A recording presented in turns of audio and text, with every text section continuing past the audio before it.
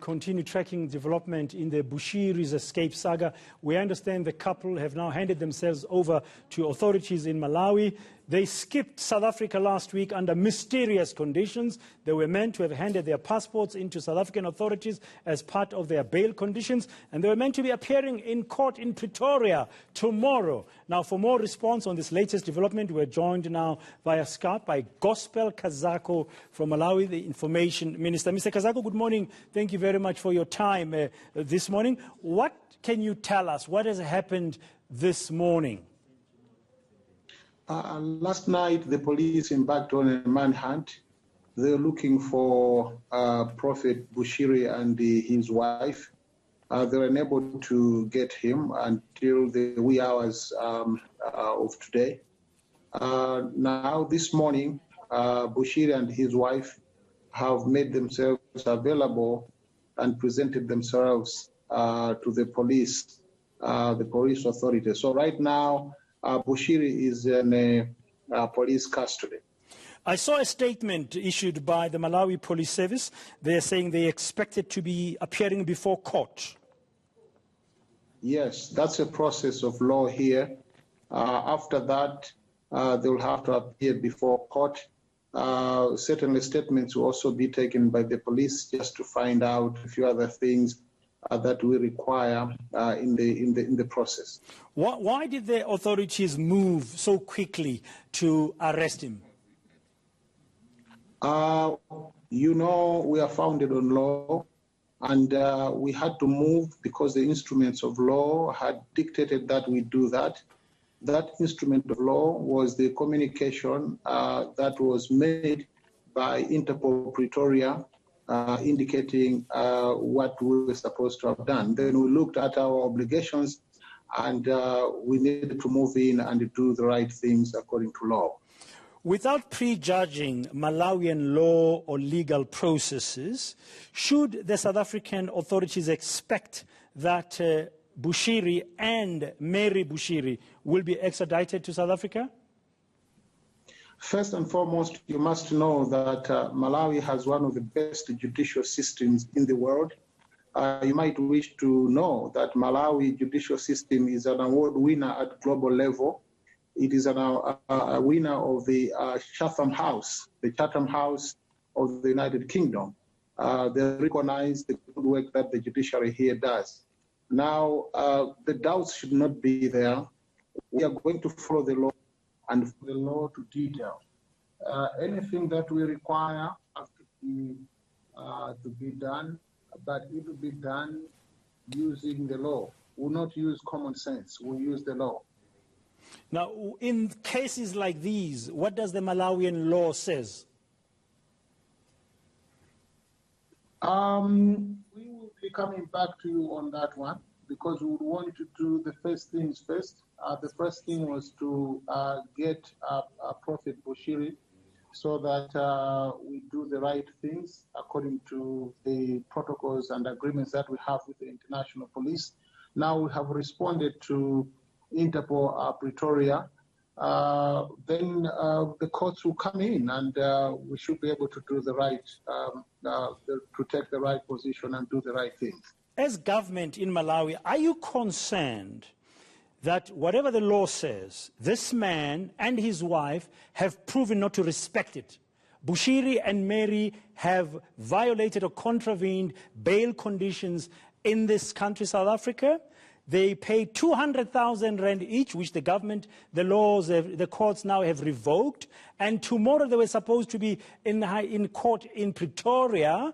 And the authorities are now saying if they don't appear, their property that they own in Pretoria of 5.5 million rand is going to be attached. Are you concerned in Malawi as government that if your courts, where he's going to appear today, grant him bail, he might flee again to another jurisdiction? How are you going to ensure he doesn't flee Malawi? The first thing that we have to do is to try as much as possible not to try this case ourselves. We cannot handle this case in the media. We have to wait for the courts to interpret the laws. Sometimes there's a lot of common sense that we apply, especially those of us in the media, those of you who are in the media, who always use common sense and make conclusions of some cases. Now, in this case, if Bushiri is guilty, it will be known, but we have to use the law. If he is not, we'll also use the law. Now, how concerned are we that he might flee? Certainly, if he was someone who was going to flee, I don't know how he could have actually come and presented himself to the police. But at the same time, why should he flee from Malawi? You know, he left South Africa, went through your borders, and then made Malawi his choice of place to be. So if he had any other place that was safer than Malawi, certainly he wouldn't have come here. He would have probably started off from South Africa to that place where he felt he was safe or everything was going to be all right. In as far as we're concerned, this is his home, and he chose to be here, and he wouldn't flee to anywhere at all. So that's our position. So I was asking you.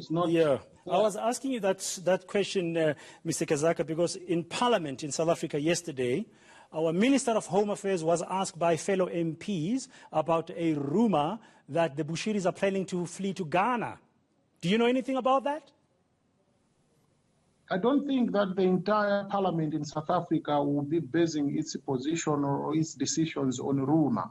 Rumor can be correct, rumor can be wrong.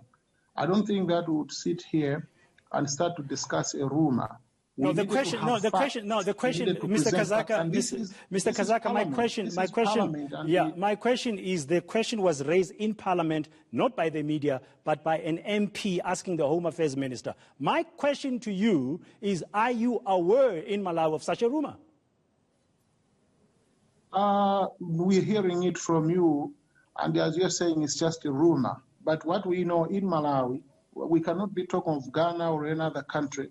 Right now, Prophet Bushiri and his wife are in the hands of the police in Malawi, the Malawi police. So you can see that any other rumor there doesn't stand at all. It's just a rumor. And it's also very unfortunate that so many things are being said in your parliament and in other spaces, things that are not correct. But I guess that's not what we want to start discussing now. What we're discussing now is the issue to do with Bushiri and the process that is being undertaken in this country to make sure that everything goes on according to law. According to your law. Very briefly, as we conclude, are you aware, or are you going to try to establish with him, how did he run away from South Africa? Because there's a big question about how he left this country, and many people suggesting he left illegally, breaking the laws of immigration. Yeah, certainly we'll have to know that. We'll have to contact. We have said this in more times than one, that we need to know what really happened. We are very concerned because you have a very robust immigration system in South Africa, and the documents, like the travel documents, passports, they are there. His wife and himself, you're keeping them there in South Africa. I guess they need to establish that and share that with us as to really what happened. I understand that there are a lot of talk there, but we cannot comment much more because that's your jurisdiction, and we know the obligations that we have, that we don't have to interfere in other people's government affairs, be it in the Ministry responsible for Homeland Security or Ministry responsible for Immigration, let alone the courts or anything that has to do with the law. This is why we never wanted to do anything until we were moved by the communication that was made to us through Interpol Pretoria.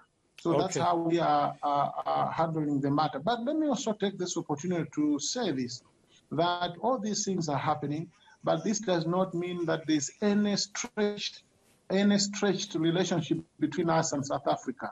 South Africa will remain to be our friend. South Africa will remain to be our partner.